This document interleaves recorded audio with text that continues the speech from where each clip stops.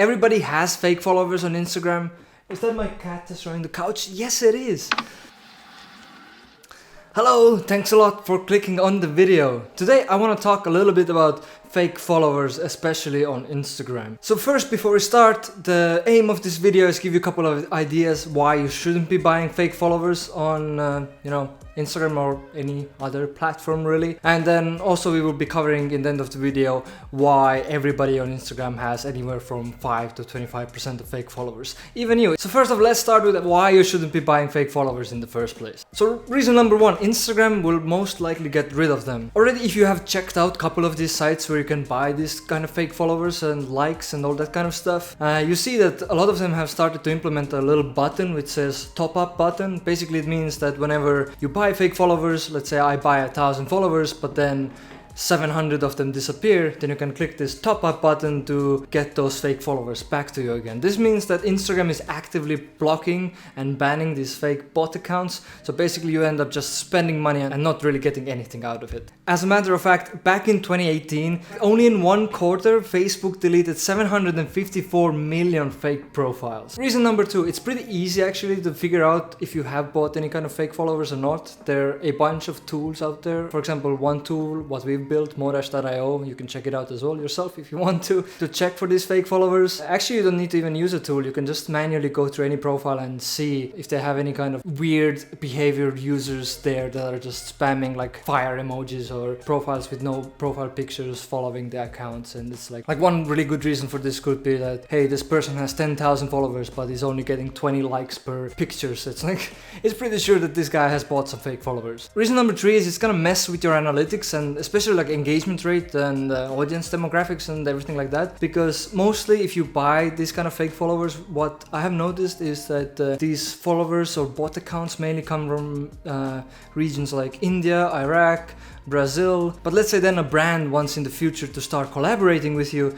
they might want to ask for your analytics, or they use a tool to find out what kind of audiences are following you, and they might see that, okay, this person has 40% of their audience from Germany and 60% of it is coming from India. And then if you're a German influencer, then the brand most likely will be like, okay, I don't see a reason actually why I would want to work with this person. And of course the engagement rate, like most brands take that as one of the most important criteria when looking at influencer profiles when deciding who to work with. You want that number to be as high as possible, no matter how large your account. And if you have an account with 5% conversion rate and you have 10,000 followers, then that's perfect. But suddenly if you buy another 100,000 followers and then your engagement rate goes down to like 0.5%, then it's like they will just see you as useless. Reason number four, I'm guessing that why you would kind of want to buy fake followers in the first place is that you want to build your own brand up, you want to start getting these collaborations and become an influencer. But how the influencer marketing seems to be shifting a little bit is that a lot of brands are working on a commission-based methods, meaning that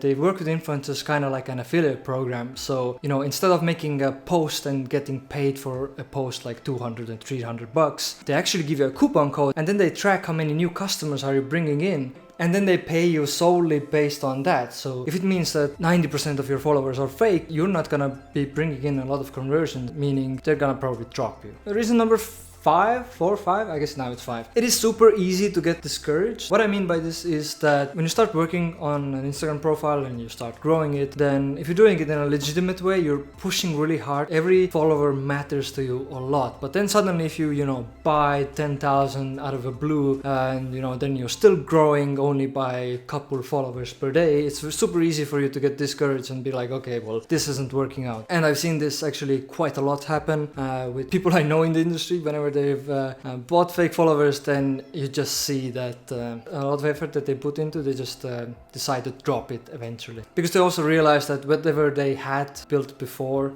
is also kind of like wasted opportunity now, because they have ruined it with this massive amount of bots. Okay, I forgot what number I'm on, so reason number pong.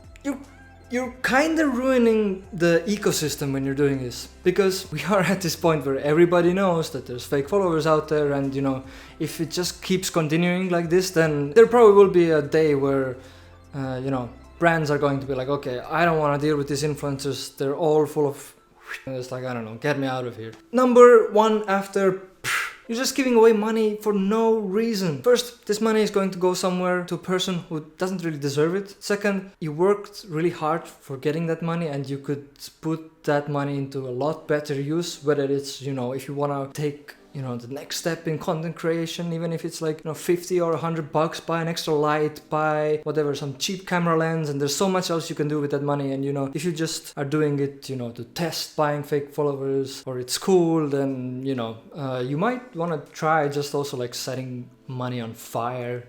I would say that's equally as fun, or actually even more fun than buying fake followers. I would like to burn money, wouldn't you? I've been ranting now a lot. I'm guessing that's kind of the main topics I wanted to say why you shouldn't be doing it, because like if you have any kind of fake followers on your Instagram account, I will find out. Okay, now as I promised, I told you that I'm gonna explain why everybody on Instagram has fake followers, even you or I, even if we haven't bought any kind of fake followers. The best way to explain this is by giving you an example. So let's say I'm a influencer or whatever, and I want to buy, let's say, 10,000 fake followers. Now, as I mentioned to you earlier, then Instagram will most likely go on and ban a bunch of these fake followers. Now, these bots will want and try to seem as legitimate users to Instagram. So, what a legitimate Instagram user would do. They would go search some hashtags, go like some pictures of people, go start following these people.